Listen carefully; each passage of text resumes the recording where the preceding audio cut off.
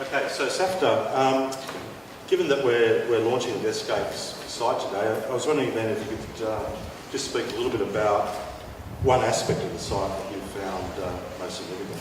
Sure.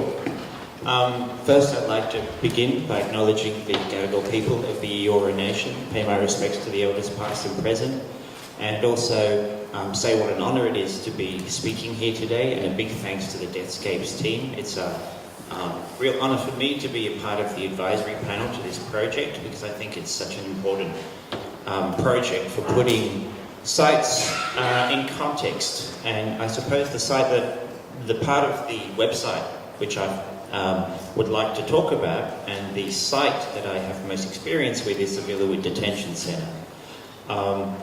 And so I began visiting Villawood in late 2010 in a voluntary capacity with the Refugee Art Project, which is a non-profit community art organisation. And we went into Villawood and basically began doing art workshops with asylum seekers and refugees there in detention. And I think the part of the site that deals with Villawood is particularly good because it provides a timeline and it provides good context for thinking about the Villawood Detention Centre. So that timeline beginning with Aboriginal sovereignty over the land, which is a continuous aspect. Also talking about acts of resistance to the colonial state. Through the years of Villawood as a migrant hostel, after the Second World War, and then of course the most recent period since the 90s, when it became a detention centre or a place of indefinite detention, particularly since 2001, in which it's been a place of incarceration and punishment.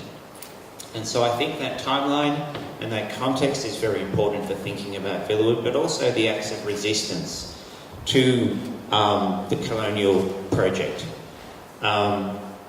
Particularly Indigenous and Aboriginal resistance to white settlement, but also even during the years of Villawood as a migrant hostel, the conditions for migrants who were there wasn't always fantastic. There were many acts of resistance to the state.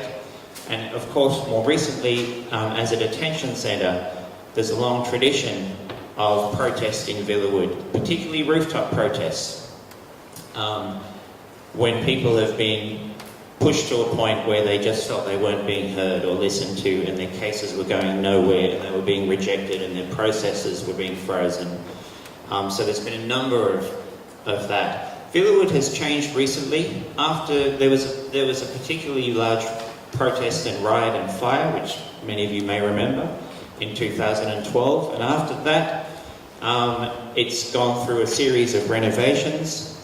And I think the government cares about the aesthetic presentation of a camp like Villawood. It used to have razor wire around the perimeter fences, which was very visible to anyone who visited, but that was taken down in 2005, replaced with electric wire and other ways of keeping people in. And now it looks like any other big government sort of facility. But of course, the renovations are particularly designed to stop acts of protest, to stop anyone being able to climb up on the roof or do anything, to sort of visibly show dissatisfaction. I think the use of creative work on the website is particularly important. The inclusion of artwork and poetry and writing and oral testimony is crucial. And that addresses the politics of representation. So refugees in the media, of course, are demonised by our government and criminalised by the Department of Border Protection, but also often reduced even by refugee supporters, I think, to sort of a one-dimensional status as refugee. Often people are just reduced and seen only through the lens of their experience of persecution and flight. And that, for some people, can be equally dehumanising. And so I think a part of that has to do with the way white Australia likes to see refugees.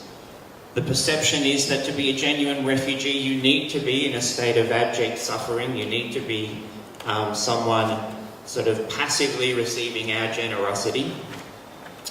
And so often they're just sort of, I guess, reduced to the status of being victims or the objects of suffering.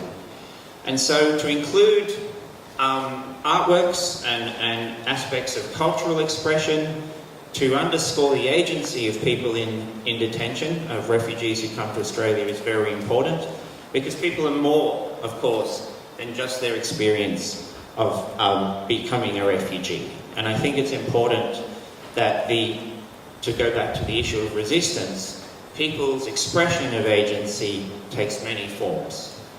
And so it can be, cultural activities, the insistence, for instance, of Sri Lankan Tamils in Villawood to take the bland chicken that they're given for dinner and to recook it with lots of chili and lots of spices and to make it something more familiar to them. So those are everyday acts of resistance, if you like. So